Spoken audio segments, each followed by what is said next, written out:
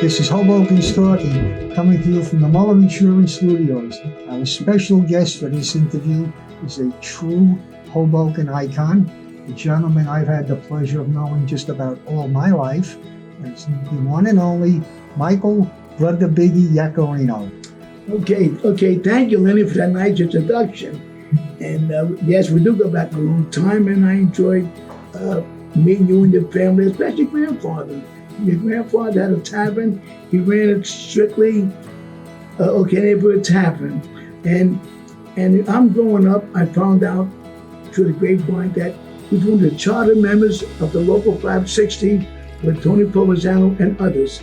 And through that little meeting they had in the bar, they had to open the club and became one of the biggest union in the world, called Local 560 Joint 73. And they employed a lot of people and put food on their table. And they in turn sent their kids to college and able to raise them the right way.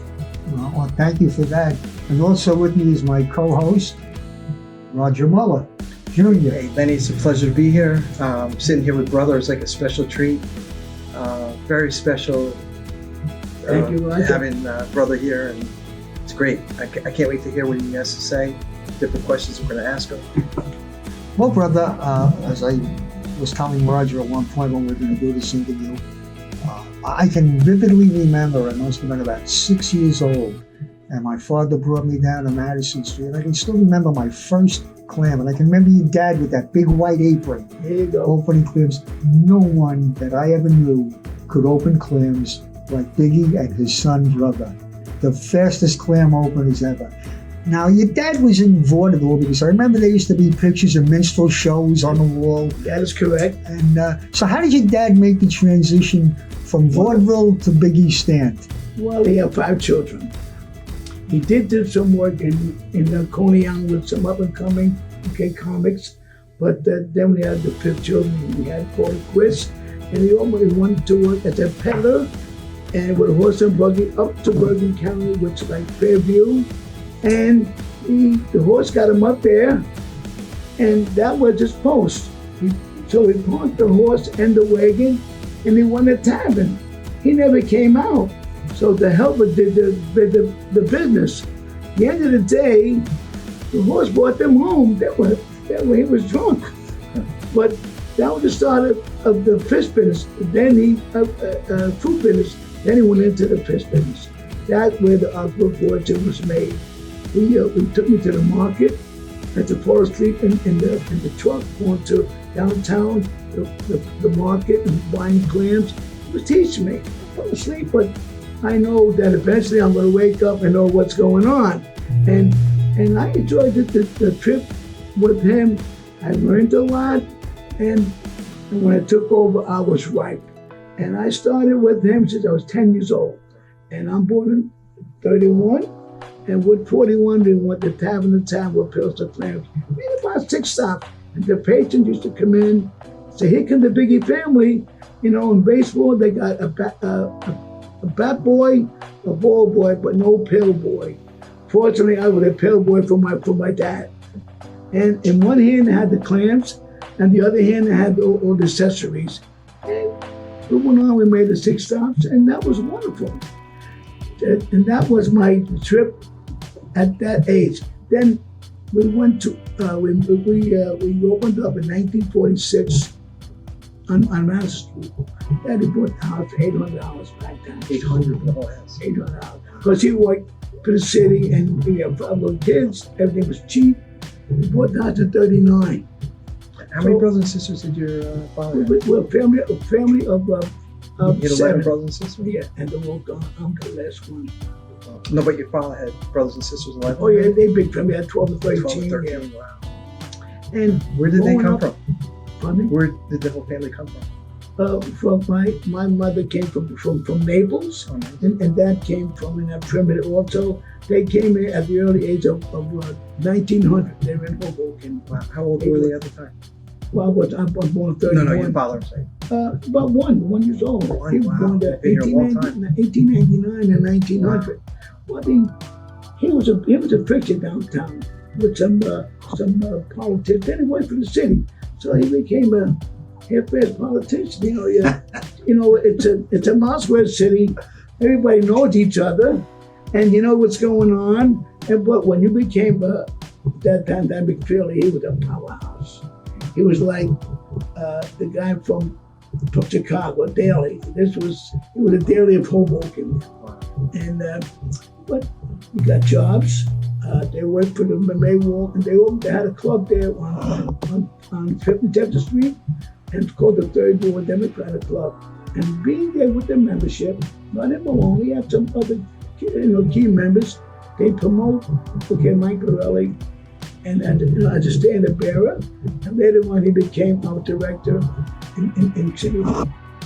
And he was made a good director, and from there they went on. But I enjoy living downtown. I didn't have much. I never owned a bat or ball or glove. I was that poor. But you know what? That didn't matter. I managed to play sports. How did you get your name, brother? Well, and what is your exact name? Roger, that's a very good question. My dad was a minstrel man, so in those days everybody's brother this, brother that. So as the two end men come to the center stage, they greet each other by the word brother, and they tell a one line like "Who's buried in Grant's tomb?" "Who comes with the horse's white horse?" And they clapped a little bit, and that rattle came out, and that was you could get the audience warmed up for the other performers, and that's how the name stuck with me. Do I like it? Yes or no, but you know what? It's not a bad name. How many other brothers do you know in Hoboken? We were talking about that before. Well, it's about half a dozen. Half a dozen? Let me just ask you this. Your brother was Dates. Yeah, my brother. How did he get that name? We went on a lot of dates. That's easy. I didn't know that was it. Yeah, he's a handsome boy. You know what? A good work, he shot clam fast. He'll shut a clam, and with one hand, he'll shut it. With me, I would cut him nice and give you a little story. And I give you something to talk Wait a minute, about. brother, I got to clarify this. You're telling me that Dates could open a clam faster than you? Yeah, he was good. But Wow. not as neat. Wow. Not as neat. Not as neat. He See, does it nice when and you neat. cut It a looks pretty. clam, like my book will show you here, you gotta have that veil looking nice. So you don't show the eye, you don't show the other organs. So it looks appetizing. He did this real artwork to it. And then when you cut a clam, you free the clam from the muscle. Both ends. I reverse my knife and I reverse so the clam comes out very easily. You don't need a fork to get a recipe. You don't need a fork. And through that double cutting, the clam is easy. By going fast, you shut the clam, you throw it at the customer. It wasn't my way of dealing with a customer. But I enjoy whitewood clams. Years ago, I cut as many as 2,000 clams on a Good Friday night. He said, well, clams came 500 in a bag, and I sold 4 bags on a Good Friday. They ate more. People ate more. They did things on the dare. They drank more. They ate more, and it was cheaper. And I just sell a bag and a half in the daytime. At nighttime, 2.5 bags. My record is 14 dozen clams at one seating. And I do times 12 by 12. We get 144 clams. Looking at 160 clams, that's a lot of clams. But in that deal with cutting clams for the patron, I didn't take the cold too cold because that'll make your stomach act up.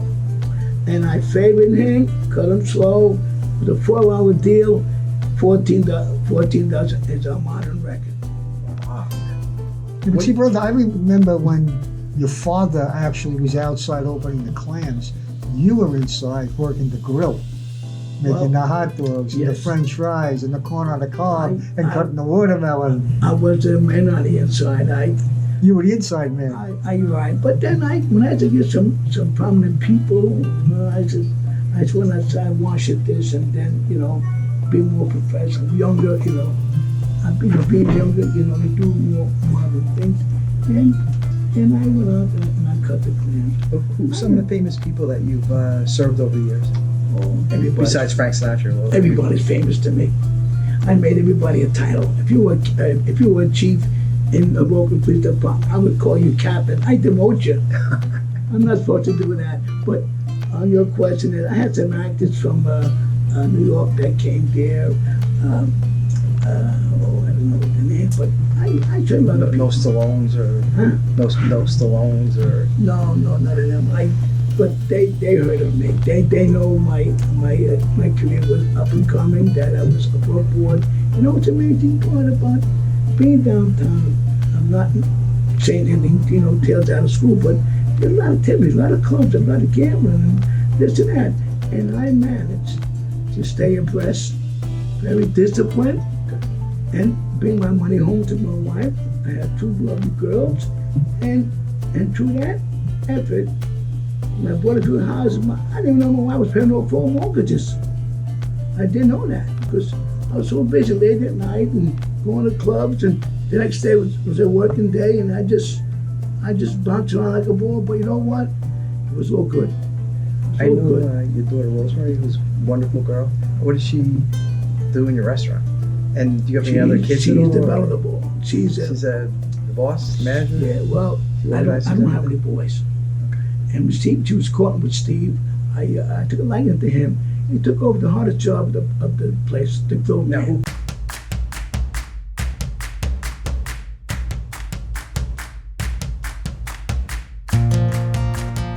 What do you think? That's the 4th generation of the Yaccarino family. How do you think your father would feel when he's looking down? He'd be with joy because that was his dream. He kept everything intact. He worked hard. We didn't come into the back door. There was no back door. It was up front with people, and everything was cheap. And the amazing part of my life, I was there till almost 1 in the morning for a hot dog. How do you do that? How do you stay late for a small amount? But you know what? That became the good world in the business. One story, I have a lot of stories in my life, but one particular story stands out in my life. As I went to work, I was like Toots Shaw. I used to work my tables. That I mean, when I treated the customer patron, I just say hello, talk sports, whatever. This one lady had a voice problem, and every Tuesday she made an no-brainer down in Jersey City. And I used to greet her, how are you? How was your week? And we just chat the current subjects. This went on about a year. One hot summer day. Her husband was a lawyer. He was St. Peter's graduate. He read the paper while I chat with his missus. Okay, one hot summer day. A limousine pulled up. I looked down. Holy cow, who's coming in now? He came out with a black tie. I offered my condolence and signed it right away. His missus, it was his missus.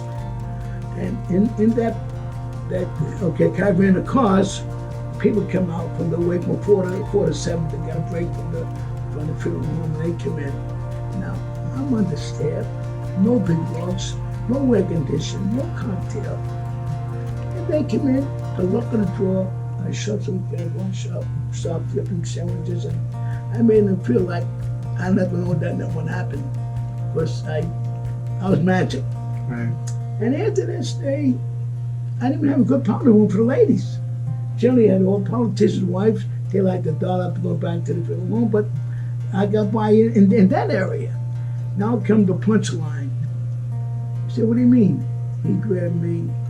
He said, brother, he grabbed hold of me. He said, with a straight face. He said, brother, now keep in mind, he could have gone to Carlstadt, VIP diners. He had the bucks to go on with it, but he said, brother, she wanted to come for you. And I think that's not only a feather in your cap, but it's picked me out among hundreds of restaurants in Hudson County. And I think by my little sandwich shop became a heavyweight. What a testimonial. That's a true testimonial. So I have to say, every single time if I was in Hoboken at your place or in Carlstadt at your place, every single time I've ever gone to Biggies, brother's been there. You don't take any days off? Like every single time for like the last 40 years? Yeah. I worked so hard, so long, hours, over 90 hours a week, one guy grabbed a hold of me. He said, "Brother, come here, let me talk to you." I said, "What's up?" He says, "Look at you." He said, "You look all in." I was tired. When you're working day and night, and I stood up late because I went to you had to wind down. You couldn't go right to sleep. If you work nights, you're not going to go right to bed. You're going to watch a late show, the late show. But I went to clubs and I talked sport, watched them play. There again, I didn't open up my wallet. receipts. No way. Anyway,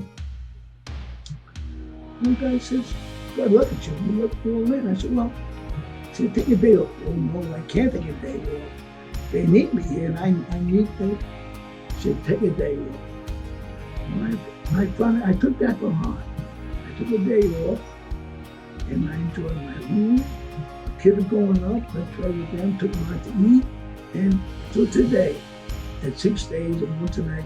If you can't make it over 100 hours a week, you might as well hang it up.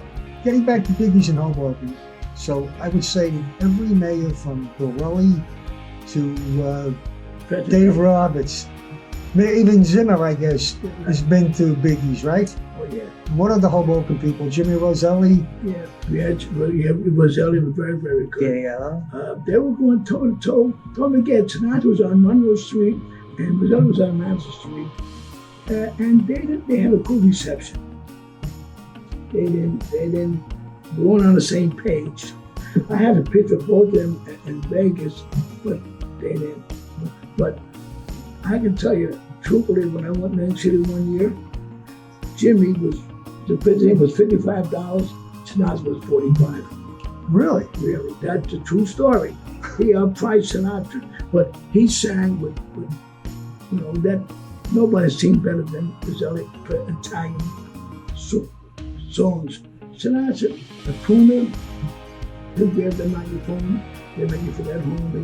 He really had a diction and speaking and songs, and the put over song was his piece of cake. But Roselli, he was humorous, but he put all his eggs in one basket in the singing, in the high notes and Italian songs. Outstanding. Go back to Hoboken, I remember the waterfront. I was someone with hardly no clothes on in that waterfront. You mentioned Cartwright before. Yes. Now, when you were a kid, did you go down to Cartwright and put your hand in the wax? Yes, we did that, and I made a glove. Yeah. I made a glove. That was the highlight. That's a famous downtown Hoboken story. I did a lot of shoe shining in all these stores and in those bars. At one time, Roger, there was 225 bars in the city of Hoboken, right down. They're called the Barbary Coast. The Grand Hotel, the Continental Hotel, and the bars, American Hotel. Lagos, the Grand Hotel, right down the line. And it was, I just shiny shoes on and sold papers. One guy was good selling the papers. He wanted to get back to the spread the news. He took the wrong train. He went to Coney Island. I had a conversation with your daughter, Rose, Yes. and I have a book laying in my office because our family is in it, The Legendary Locals of Hoboken.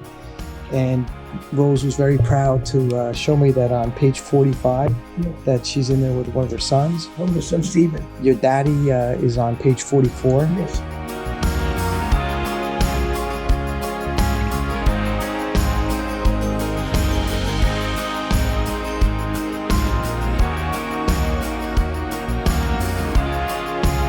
We've been here with Brother Biggie from Biggie's, a true Hoboken institution, and Brother Biggie is a true Hoboken institution. Brother, thank you so much for your time. And I just want to say to people who are going to hear this, Biggie's is at the Clam House now. And if you go on a Tuesday and you love clams and you love oysters, it's half price. My wife loves to go. We walk in, we sit down. The waitress doesn't even give us a menu anymore. She says, you'll start with 2 dozen clams and a dozen oysters. What will you drink? Thank you us. very much for the compliment, and I'll be there on Tuesday to meet and greet. Wonderful. Looking forward to it, brother. Thank you. Thank Roger? you very much. Good, I Roger. have to say that I feel lucky to sit here and hear all the history that you had to tell about the town, about people. Well, Well, I jumped around a little bit, but I'm gonna give you both a chapbook that I wrote a couple years ago, and what I didn't say, maybe you'll catch on in the book. And I think you'll say, geez, buddy should have mentioned that. But there's so much to talk about, whether it's Sinatra, with how we started, with the waterfront, downtown with the Luizzi family, whether it's trucking, whether it's Scott Paper, jobs, We'll have to do it again. there's I so can't much. believe still that we're sitting here. It's almost 11 o'clock at night. You came in about 9 I'm with just warming your up. wife and your Thank- daughter. And the thing is, I can't believe that it's almost 11 o'clock on a Wednesday night and that you're 85 years old and you're not even tired at all. And you're like amazing. You speak really well. I love hearing you, and I wish that I could Thank you. sit Well, like a you couple guys- more hours both with you you. guys, along with Jay, you made my night.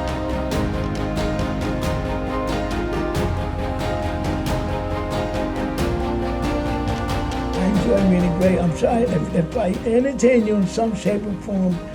My trip was very memorable. But I sort of jumped around because you want to be able to cover so you end up.